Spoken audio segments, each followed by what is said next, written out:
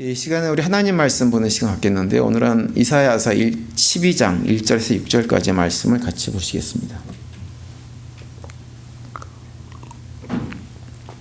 저랑 한 절씩 같이 교독을 하시겠습니다. 그날에 내가 말하기를 여호와여 주께서 전에는 내게 노하셨사오나 이제는 주의 진노가 돌아섰고 또 주께서 나를 안위하시오니 내가 주께 감사하겠나이다 할 것이니라. 보라 하나님은 나의 구원이시라. 내가 신뢰하고 두려움이 없으니요 주 여호와는 나의 힘이시며 나의 노래시며 나의 구원이심이라. 그러므로 너희가 기쁨으로 구원의 우물들에서 물을 기르리로다. 그날에 너희가 또 말하기를 여호와께 감사하라. 그의 이름을 부르며 그의 행하심을 만국 중에 선포하며 그의 이름이 높다 하라.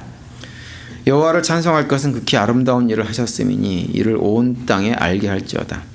시온아 주민아 소리 높여 부르라. 이스라엘의 거룩하신 이가 너 중에서 크심이라 할 것이니라. 아멘. 오늘은 이 말씀을 중심으로 하나님의 진노하심에도 감사하라 라고 하는 말씀을 함께 나누겠습니다. 저희들이 살아가고 있는 이 삶의 자리는 이렇게 돌아보면 지난 한 해도 감사한 일, 즐거운 일, 행복한 시간들도 많이 있었지만 사실은 힘겹고 어렵고 고통스러운 일들도 참 많이 있었던 한 해이죠. 우리 삶의 자리가 그렇습니다. 한국의 그 유홍준 교수라고 하는 분이 계세요. 나의 문화유산 답사기라고 하는 아주 유명한 책을 쓰신 분인데요.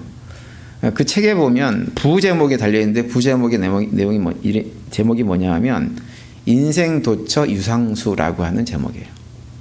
인생도처 유상수라고 하는 말은 그분이 이제 문화유산들을 한국에 있는 여러 가지 많은 장소를 쭉 답사를 하면서 이제 거기에서 여러 사람들을 만났는데 여기 사람들을 만나 보니까 자기가 나름대로는 한국의 문화유산에서 굉장히 해박한 지식을 가지고 이렇게 교수로서 활동을 하는 것 같았는데 직접 현장에 가서 보니까 자기보다 훨씬 더 해박한 지식을 많이 가진 분들이 도처에 있더라고 하는 거예요. 그래서 그분 얘기가 인생 도처에 자기보다 수가 높으신 분들이 깔려 있더라라고 하는 의미에서 그 책의 부제목을 인생도처 유상수라고 하는 제목으로 달아놨습니다. 제가 예전에 이제 그 책을 이렇게 보면서 느낀 건 뭐냐면 어떤 생각을 했냐면 인생도처 유상수가 맞구나. 그런데 한 걸음 더 나아가서 어떤 생각을 했냐면 인생도처 지뢰밭이다라는 생각이 들었어요. 왜냐하면 우리 인생이라고 하는 것이 숨이 좀 쉴만하면 어떤 일이 벌어지나요? 예상하지 못한 어려움들이 찾아옵니다. 고난이 찾아와요. 한 고비 넘겼다 싶은 생각이 드는데 또 한 고비가 찾아오는 것이 현실입니다. 전혀 예상하지 못한 사건, 사고가 우리를 덮쳐옵니다. 이번에 무안 그 공항에서 생긴 사고처럼 전혀 예상하지 못한 조금 있으면 정말 반가운 가족들을 여행 갔다가 돌아온 가족들을 만나서 기쁨으로 이렇게 할 수 있는 그런 시간들이라고 생각했는데 순식간에 그 모든 상황이 지옥처럼 바뀌어버리는 일들을 사실은 우리가 인생을 살면서 경험을 합니다. 삶이 그렇기 때문에 사실은 우리가 인생을 살아가면서 감사하며 살자라고 얘기할 때 감사하기가 참 쉽지 않은 것이 우리 인생인 것 같아요. 근데 우리가 성경을 읽어보면 하나님은 우리한테 어떤 것을 요구하시냐면 너희들의 상황이 어떠하든지 관계없이 어떠한 상황 속에 있든지 너희가 하나님의 백성이라고 하면 하나님의 백성들은 범사에 감사하고 살아야 된다라고 우리에게 요구를 하세요. 그래서 잘 아는 데살로니가전서 5장 18절에 보면 이렇게 말씀하죠. 범사에 감사하라. 이것이 그리스도 예수 안에서 너희를 향하신 하나님의 뜻이니라 이렇게 얘기합니다. 범사에 감사하라고 하는 거예요. 기쁜 일, 좋은 일, 슬픈 일, 나쁜 일, 심지어 내가 지옥 같은 상황 속에 떨어지는 일이 있어도 그런 상황 속에서도 감사하라고 하는 거예요. 그 감사하는 모습이 누구의 모습이냐? 예수 그리스도 안에서 살아가는 성도들을 향한 하나님의 뜻이라고 하는 거예요. 그래서 하나님 백성들이 우리들은 인간적으로 생각할 때 감사할 일이 있어서 감사하고 살아가는 사람들이 아닙니다. 감사할 조건이 있다고 해서 그것 때문에 감사하고 살아가는 사람들이 아니라 세상 사람들과는 전혀 차원이 다른 의미에서 감사의 조건을 찾고 그것을 감사할 수 있는 사람들이 이 믿음의 성도들이라고 하는 것을 성경이 우리에게 거듭거듭 반복해 주죠. 이제 그런 의미에서 오늘 본문 우리가 읽은 이사야서 12장에 보면 하나님 백성들이 이 땅에 살아가면서 감사해야 되는 이유가 무엇인지를 우리에게 말씀을 해주고 있어요. 첫 번째 이유가 뭐냐면, 첫 번째 이유는 뭐냐? 하나님 백성들은 하나님이 죄에 대해서 진노하시는 분이라는 사실 때문에 감사하라고 말씀합니다. 오늘 보면 1절에 보면 이렇게 말씀을 하고 있죠. 그날에 내가 말하기를 여호와의 주께서 전에는 내게 노하셨사오나 이제는 주의 진노가 돌아섰고 또 주께서 나를 아니하시오니 내가 주께 감사하겠나이다 할 것이니라, 이렇게 말씀을 하고 있어요. 이 1절 말씀은 사실은 그 번역의 차원으로 보면 원문의 뜻에 충실하게 번역된 말씀은 아니에요. 좀 의역이 많이 되어져 있습니다. 그래서 좀 설명이 필요한데요. 여기서 일단 내가라고 하는 존재는 누구냐면 이스라엘 백성들 전체를 말하는 것입니다. 이스라엘 백성들을 향해 가지고 이사야 선지자가 그들이 이스라엘 백성들이 하도 죄악을 많이 행하다가 하나님께 이런저런 징계를 받고 고통받는 그런 상황을 많이 언급을 하면서 너희들이 비록 하나님에게 죄를 지어서 고통당하고 징계를 받고 하나님의 진노하신 가운데 떨어지는 일이 있지만 그럼에도 불구하고 언젠가 너희들이 하나님의 은혜로 다시 회복될 날이 올 것이다, 이렇게 말씀을 하고 계세요. 이게 이제 오늘 본문에 번역되어져 있는 본문 말씀 그대로의 내용이 바로 그런 내용이에요. 그런 날이 오면 너희들이 감사하게 될 것이다, 이렇게 얘기를 합니다. 그런데 이 1절 말씀 원문 그대로 이렇게 보면 이스라엘 백성들이 하나님께 감사해야 되는 것은 하나님께서 그들에게 내렸던 진노를 돌이키셨기 때문에만 감사하는 것이 아닙니다. 진짜 감사한 이유는 무엇이냐면 하나님께서 그들에게 진노하셨다는 사실 때문에 감사하라고 하는 거예요. 그래서 오늘 본문 1절을 구약성에 기록된 히브리어 문장 그대로 다시 번역해 오면 이렇게 번역할 수가 있어요. 읽어드릴 테니까 들어보세요. 그날에 나는 말할 것입니다. 여호와 당신께 감사할 것입니다. 왜냐하면 당신이 나를 향하여 분노하셨기 때문입니다. 그리고 왜냐하면 나를 향한 당신의 분노가 돌아서고 나를 위로해 주셨기 때문입니다. 이렇게 번역할 수 있어요. 그냥 두 가지 이유 때문에 감사하는 거예요. 한 가지는 하나님의 진노가 돌이켜서 이제 나를 안위해 주셨기 때문에, 나를 편안하게 인도해 주셨기 때문에 감사하게 될 것이다 라고 하는 것도 감사의 제목이지만, 그에 앞서 가지고 감사하는 것은 무엇이냐면 하나님께서 자신들이 죄를 지을 때 그 죄 짓는 것을 그냥 놔두지 않고 자신들에게 진노하셔서 자신들에게 벌을 내리신 것, 그것을 감사하고 한다고 하는 거예요. 여러분, 왜 하나님께서 이스라엘 백성들에게 진노하시는 것이 감사의 이유가 될까요? 무엇 때문일까요? 그것이 무엇을 보여주기 때문에 그럴까요? 여러분, 우리도 이 땅을 살다 믿음의 삶을 살아가다 보면 어떤 생각이 들 때가 많이 있냐면, 왜 하나님은 꼭 나한테만 이렇게 유독 엄격하고 내가 작은 잘못만 해도 그걸 용서하고 넘어가지 않고 간섭하시고 나에게 꼭 책임을 물으시는 이런 일을 하시는가 라고 하는 경험을 할 때가 있어요. 그런 경험을 하실 때가 있으세요? 없으세요? 없으세요? 있죠? 그런 경험이 있습니다. 이사야 선지자 얘기는 뭐냐면 우리가 그런 경험을 할 때 감사해야 된다고 하는 거예요. 왜 그럴까요?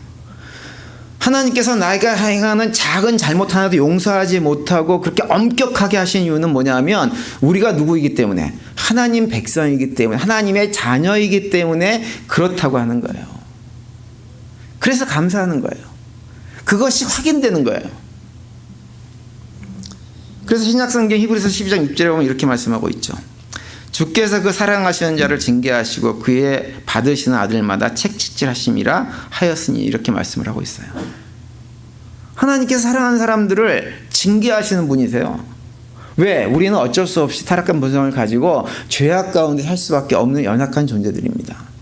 그런데 하나님은 우리가 그렇게 계속 살아가면서 그냥 인생을 살다가 죄악 가운데 살다가 망하는 삶을 원하지 않으세요. 우리를 어떻게든지 회복하고 바른 길로 인도해가지고 하나님 백성처럼 정금처럼 세우기를 하나님은 원하세요. 그래서 우리가 잘못할 때마다 책임 추궁을 하시는 거예요. 눈 감아주지 않는 거예요. 하나님 백성일수록, 하나님께서 귀하게 생각하는 사람일수록 더 하나님께서 엄격한 기준과 잣대를 가지고 우리를 책망하고 우리에게 진노하시기도 하시는 분이세요. 그래서 히브리서 기자는 우리가 만약에 하나님에게로부터 그런 징계를 경험하지 않는다면 그건 심각한 문제일 수 있다라고 얘기를 합니다. 어떤 심각한 문제냐면 우리가 하나님의 자녀가 아닐 수도 있다, 이렇게 얘기해요.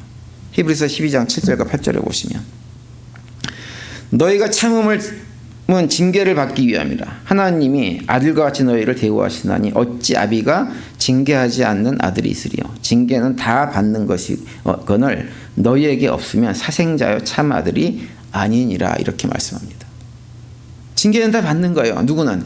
하나님 백성들이든 세상에 속한 사람들이 다 받아요. 근데 특별히 하나님의 자녀들에게는 그 징계가 엄격하세요. 그 이유는 무엇이냐? 하나님의 자녀이기 때문에 그렇다고 하는 거예요. 그런데 만약에 우리가 그런 징계를 경험하지 않는다? 그 얘기는 우리가 하나님의 자녀가 아닐 가능성이 굉장히 많다고 하는 거죠. 그래서 하나님은 우리가 살아가면서 우리가 세상 사람과 똑같은 잘못을 해도요, 세상 사람들은 그냥 눈 감고 넘어가시는 경우가 참 많다는 느낌을 가질 때가 많습니다. 그런데 이상하게 하나님 백성들한테는 그걸 그냥 넘어가지 않으세요. 방해하시고 나름대로 인간적으로 생각해서 멋지게 계획해가지고 뭘 했는데 다 망하게 하시고 대가 치르게 하시고 이런 경험들을 하게 만드세요. 왜 그러느냐? 다른 이유 때문이 아니에요. 우리가 하나님의 백성, 하나님의 자녀이기 때문에 그런 거예요. 우리를 사랑하셔서. 여러분, 우리 가정에서 자녀들이 잘못된 길을 가면 부모가 어떻게 합니까?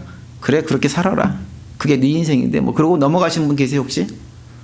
그러니까 그런 분들은 부모가 아닐 가능성이 굉장히 많습니다. 진짜 부모가 아닐 가능성이. 진짜 부모들은 절대 그렇게 못하죠.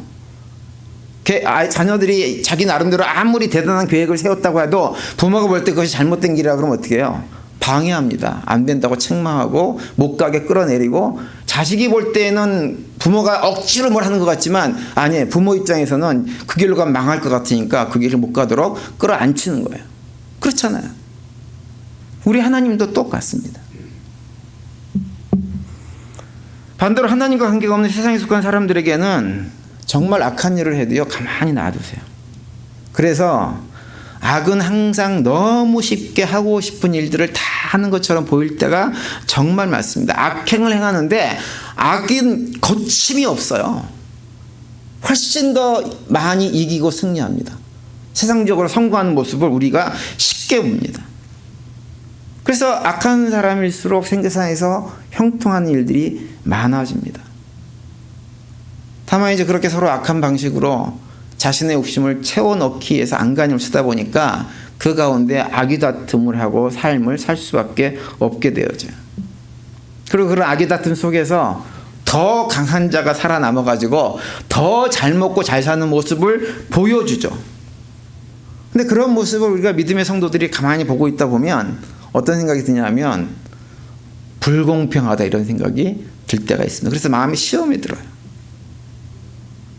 시편에 보면 세상이 그렇게 불공평하고 악한 자들이 잘 되는 모습을 보면서 굉장히 마음에 실망을 하고 낙심을 해서 시험에 걸려 넘어질 뻔했다고 고백한 시편 기자가 있어요. 시편 73편에 보면 그런 고백이 나옵니다. 1절에 3절까지 이렇게 돼 있죠. 하나님이 참으로 이스라엘 중 마음이 정결한 자에게 선을 행하시나 나는 거의 넘어질 뻔하였고 나의 걸음이 미끄러질 뻔하였으니 이는 내가 악인의 형통을 보고 오만한 자를 질투하였음이로다, 이렇게 고백합니다. 하나님께서 정결한 자들에게, 믿음의 사람들에게 선을 행하신다는 걸 알아요. 믿어요. 그걸 시편 기자 믿습니다. 그런데 가만히 살아보니까 악한 자들이 형통한 모습이 훨씬 더 많은 것이 이해가 안 된다고 하는 거예요. 그래서 그것 때문에 걸려 넘어질 뻔했다, 시험에 들 뻔했다, 이렇게 고백을 하고 있는 거예요. 이게 실제로 우리가 살아가는 삶의 현실입니다. 여러분, 그래서 우리가 지난 한 해를 이렇게 돌아보면서 혹시라도 내가 그다지 믿음 생활 열심히 하지 않고 말씀과 기도 가운데 하나님과 동행하지도 않고 하나님 나라의 가치관이 아니라 지극히 세상적인 가치관을 가지고 그런 삶의 태도를 가지고 그냥 삶을 그냥 살았는데, 만약에 우리 삶에 아무런 문제나 어려움도 없이 잘 지내고 평안했다라고 한다면 여러분, 그것은 하나님의 축복일까요? 감사할 일일까요? 아니면 그 반대일까요? 그 반대일 가능성이 훨씬 더 많습니다. 그러면 그런 우리의 그런 상황을 놓고 감사할 것이 아니라 우리는 두려워해야 됩니다. 반면에 지난 한 해 동안 이렇게 돌아보니까 내가 뭔가 계획했는데 계획한 것이 된 게 없어요. 내 육신적인 건강도 점점점 망가진 것 같고 삶이 너무 힘들고 고달프고 아이들의 문제, 자녀들의 문제, 여러 가지 사회적인 문제, 여러 가지 많은 문제들이 계속 나를 덮쳐오고 관계의 문제도 깨어지고 여러 가지 문제들이 자꾸 많이 있었어요. 어려움이 있었어요. 그렇다고 한다면 그것은 우리가 불평할 일일까요? 감사할 일일까요? 믿음의 성도들은 그것을 감사하는 사람들입니다. 왜? 하나님께서 우리의 삶을 만지고 있다고 하는 증거이기 때문입니다. 그래서 야고보서 1장에 보면 야고보 장로님이 이렇게 우리에게 고백을 하고 있어요. 2절 4절까지 보면 내 형제들아 너희가 여러 가지 시험을 당하고도 온전히 기쁘게 여기라. 이는 너희 믿음의 시련이 인내를 만들어내는 줄 너희가 알미라. 인내를 온전히 이루라. 이는 너희로 온전하고 구비하여 조금도 부족함이 없게 하려 함이라. 이렇게 말씀합니다. 하나님은 믿음의 사람들에게 징계도 하시고 고난도 주시고 하지만 시험도 훨씬 더 많이 하십니다. 그걸 통해서 뭘 이루기 위해서? 우리를 조금도 부족함이 없는 정금 같은 하나님 백성으로 만들어가기 위해서 일부러 그렇게 하세요.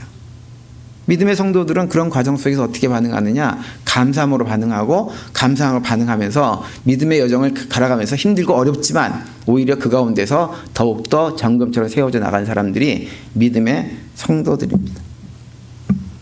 그래서 저는 우리 교회 성도님들이 물론 하나님께서 우리에게 주신 많은 은혜들 또 성공적인 열매들 좋은 열매들 가지고도 감사를 해야 되겠지만 설사 우리 삶 속에 이런저런 열매들이 있지 않고 고난과 어려움이 있었다고 해도 우리 성도님들은 범사에 감사할 수 있는 그런 믿음의 길을 걸어갈 수 있게 되기를 간절히 바랍니다. 그리고 그런 어려운 시간들이 있었다고 한 것 때문에 하나님께 돌아서는 마음이 있는 것이 아니라 더욱더 하나님께 무릎을 꿇고 하나님의 뜻을 찾고 그래서 하나님 백성답게 온전하게 세워지는 그런 복들을 누리며 살아가는 우리 모두가 될 수 있게 되기를 간절히 바랍니다. 그리고 두 번째로 오늘 본문에서 말씀해 주고 있는 것은 어떤 것이냐면 하나님 백성들은 왜 감사하느냐? 그냥 하나님 때문에 감사하는 사람들이라고 하는 거예요. 하나님 때문에. 오늘 보면 2절과 3절에 보면 이렇게 노래하고 있죠. 보라 하나님은 나의 구원이시라. 내가 신뢰하고 두려움이 없으리니 주 여호와는 나의 힘이시며 나의 노래시며 나의 구원이심이라. 그러므로 너희가 기쁨으로 구원의 우물들에서 물을 기르리로다. 이렇게 노래를 하고 있어요. 여기서 이사야 선지자가 하나님은 우리의 구원이다 라고 하면서 노래를 하고 있는데요. 일반적으로 구원 그러면 우리는 어떤 이미지가 좀 있냐면 하나님께서 우리에게 주신 어떤 선물 생각을 많이 합니다. 왜냐하면 에베소서 2장 8절에서 보면 그렇게 고백을 하고 있어요. 이렇게 말씀하죠. 너희가 그 은혜를 인하여 믿음으로 말미암아 구원을 얻었나니 너희가 이것이 너희에게서 난 것이 아니고 아니요 하나님의 선물이다. 이렇게 말씀을 하고 있죠. 구원은 선물이에요. 우리 하나님께서 우리에게 주신 거예요. 사실은 이 구원을 선물로 주시는 이 은혜를 우리가 믿음으로 고백하고 하나님께서 나를 선물로 내가 한 것은 아무것도 없는데 나를 이렇게 구원해 주셔서 너무너무 감사하다라고 고백하는 믿음도 굉장히 훌륭한 믿음입니다. 사실은 본래 우리의 모습은 죄악 가운데 사망 가운데 멸망할 수밖에 없는 그런 존재였던 우리를 하나님께서 자리를 옮기셔서 생명의 자리로 참된 자유의 자리로 기쁨의 자리로 옮겨주셨죠. 이게 다 우리가 무엇인가를 해서가 아니라 그냥 하나님께서 선물로 주신 거예요. 신분이 변화됐어요.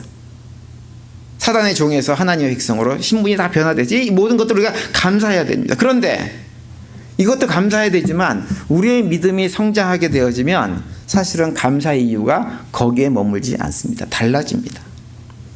하나님께서 우리에게 구원이라고 하는 선물을 주신 것도 감사한 일이지만 사실은 그것을 뛰어넘어서 그냥 그 구원을 주신 하나님 때문에 그냥 감사하는 거예요. 하나님 때문에. 하나님 자신 때문에. 이게 무엇과 똑같으냐 하면 아련한 옛날 기억이시겠지만 대부분의 우리 교회 성도님들은 남녀가 이렇게 서로 연애를 하잖아요. 그죠? 연애를 하면 서로 사랑을 하잖아요. 사랑하고 너무 좋잖아요. 그런데 진짜 사랑은 어떤 사랑이냐면 상대방이 나한테 어떤 선물을 주고 자꾸 뭘 갖다 주고 이래서 상대방을 좋아하는 게 아니잖아요. 그죠? 진짜 사랑은 어떤 거냐면 그냥 그 사람이 나한테 아무것도 해주지 않아도 옆에 있고 같이 있는 것 자체가 너무너무 좋은 게 뭐예요? 그게 진짜 사랑이에요. 뭘 갖다 사주고 선물 주고 뭐 밥 사주고 이래가지고 좋아한다. 이것은 사랑이 아닐 가능성이 굉장히 많이 있어요. 그런데 그게 아니라 같이 있는 게 좋은 거예요. 그래서 같이 있고 싶어가지고 뭘 하냐면 결혼을 하잖아요. 계속 같이 있고 싶어가지고. 그게 사랑이거든요. 그러니까 우리가 하나님을 사랑하고 하나님께 감사한다고 할 때 다른 것이 아니라 하나님 자체가 좋아서 감사하는 것이 진짜 감사하고 진짜 사랑입니다. 그래서 시편 73편 25절에 보면 시편 기자가 이렇게 노래를 하고 있어요. 하늘에서는 주 외에 누가 내게 있으리요. 땅에서는 주밖에 나의 사모할 자가 없나이다. 이 땅에 사모할 자가 아무도 없어요. 사모할 자뿐만 아니라 사모할 것도 없어요. 오직 누구만, 주님만이 유일하게 사모의 대상이 된다고 하는 거예요. 그냥. 우리 믿음의 성도들은 이 고백을 하고 살아가는 거예요. 그냥 하나님이 좋은 거예요. 하나님 생각이 좋고 하나님께서 우리에게 우리를 인도하시는 손길이 너무너무 좋고 그래서 하나님께서 원하시는 것이 무엇인지 궁금하고 또 그렇게 살아보고 싶은 마음이 생기고 그렇게 해서 하나님만으로 기뻐하는 삶을 살아갈 때 어떤 일이 벌어지느냐, 우리는 우리 앞에 놓여있는 환경이 어떠하든지 상관없이 기쁘고 감사한 삶을 살 수가 있는 것입니다. 제가 최근에 한국에 12월 3일 날 계엄령이 발표되고 사회가 혼란스럽고 이러면서 유튜브 방송을 이렇게 이제 몇 가지 보면 어떤 느낌이냐면요, 분노가 차고 넘치는 환경이에요. 차고 넘치는. 많은 사람들이 그 분노 때문에 잠을 이루지 못합니다. 어떤 편에 있든지 상관없이 다 마찬가지예요. 그 분노 때문에 분노가 차고 넘쳐가지고 주체를 못하고 있는 상황이에요.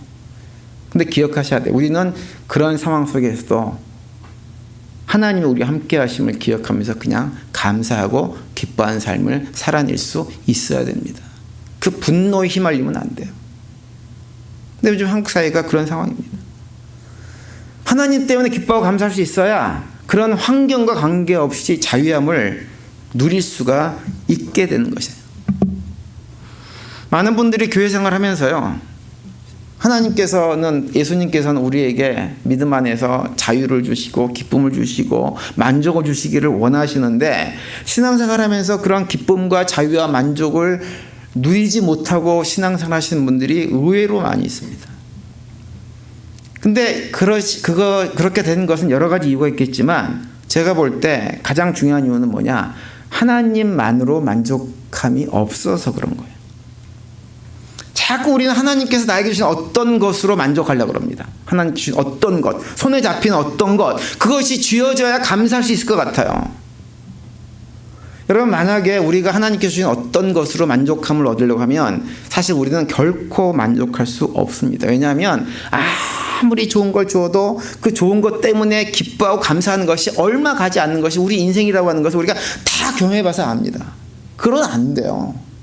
아무리 좋은 집을 사고 아무리 좋은 차를 사고 아무리 직장에서 프로모션이 돼가지고 높은 자리에 올라가도요, 잠시 잠깐인 것뿐이라고 하는 거 우리가 다 알고 있잖아요.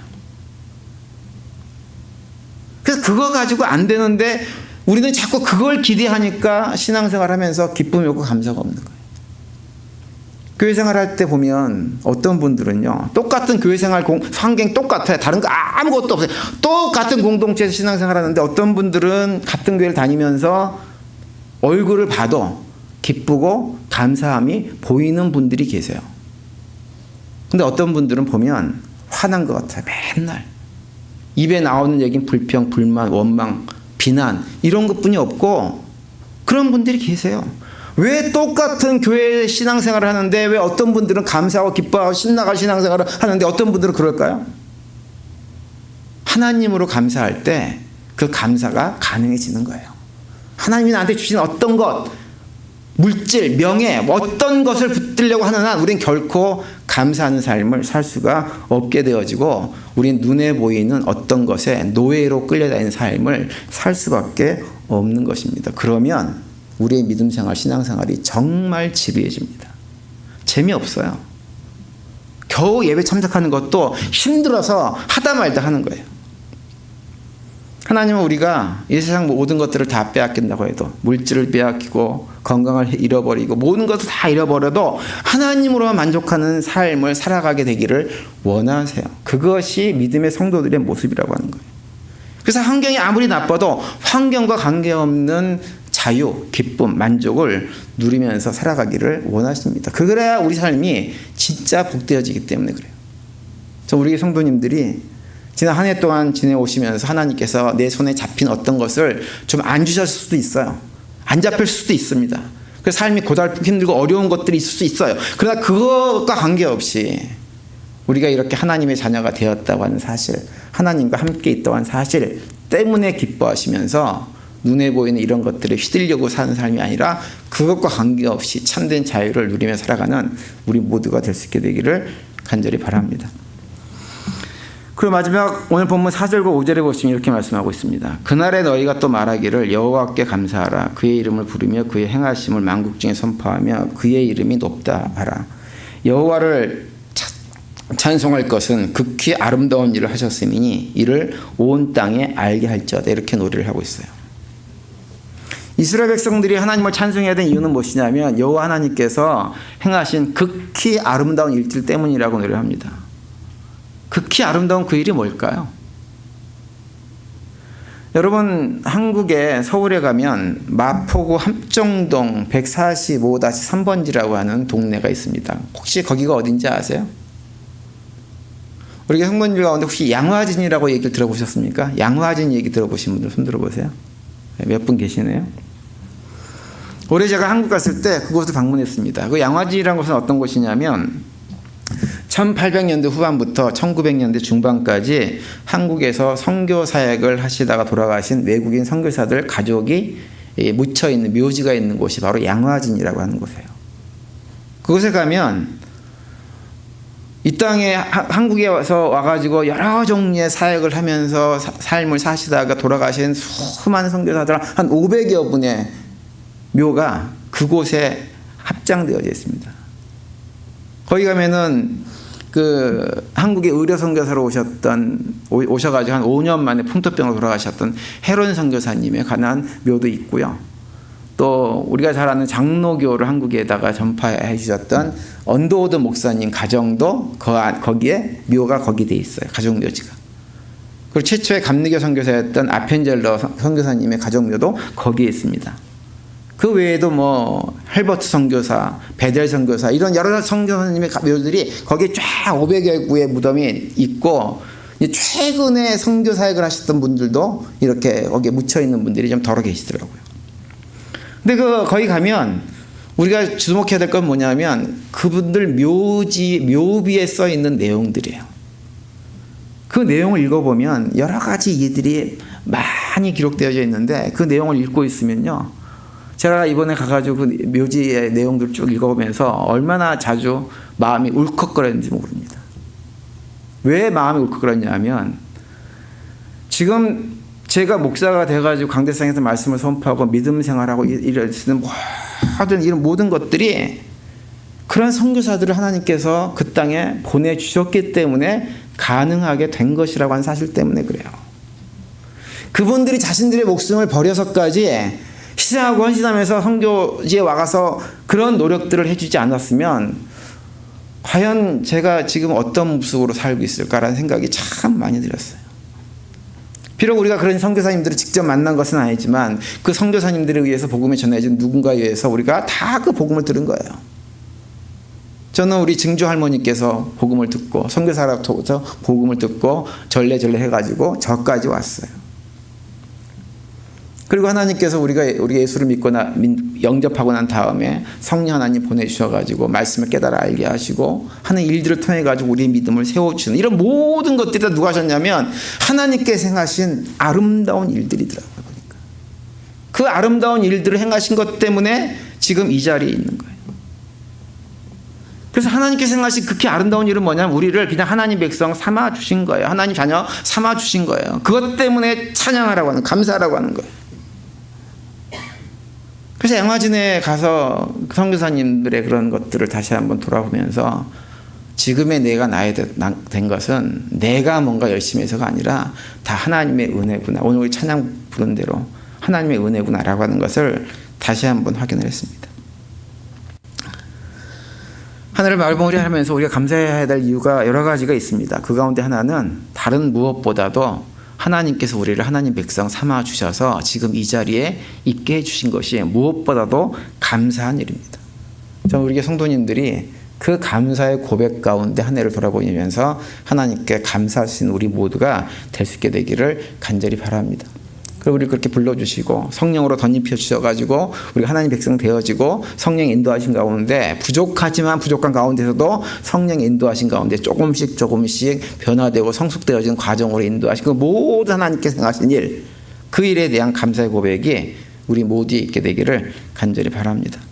말씀 마무리하겠는데 한 해를 마무리하면서 우리에게 모든 성도님들이 우리를 그렇게 하나님의 자녀로 삼아주신 그 하나님의 은혜를 기억하면서 비록 하나님께서 우리 삶 가운데 이런저런 고난과 역경과 시험과 문제들 또는 어떤 경우 책망과 질책을 하시는 경우가 있다 하더라도 그런 모든 것들이 우리를 정금처럼 세워나가시려는 하나님의 은혜의 손길, 사랑의 손길임을 잊지 말고 감사할 수 있는 우리 모두가 될 수 있게 되기를 간절히 바랍니다. 그래서 하나님께서 우리에게 주신 어떤 것 때문에가 아니라 손에 잡히는 무엇 때문이 아니라 하나님 때문에 감사하는 삶을 통해 가지고 이 세상에 눈에 보이는 어떤 것들에 휘둘려 끌려다니는 노예 같은 삶을 사는 것이 아닌 하나님 안에서 참된 자유함을 더욱더 풍성히 누리며 살아가는 저희 모두가 될 수 있게 되기를 간절히 바랍니다. 그런 고백 가운데 2024년도 남은 며칠 잘 마무리하시고 2025년도 잘 준비하셔가지고 내년에는 더욱더 한 단계 성장하는 복된 한 해가 될 수 있게 되기를 간절히 축원을 드립니다.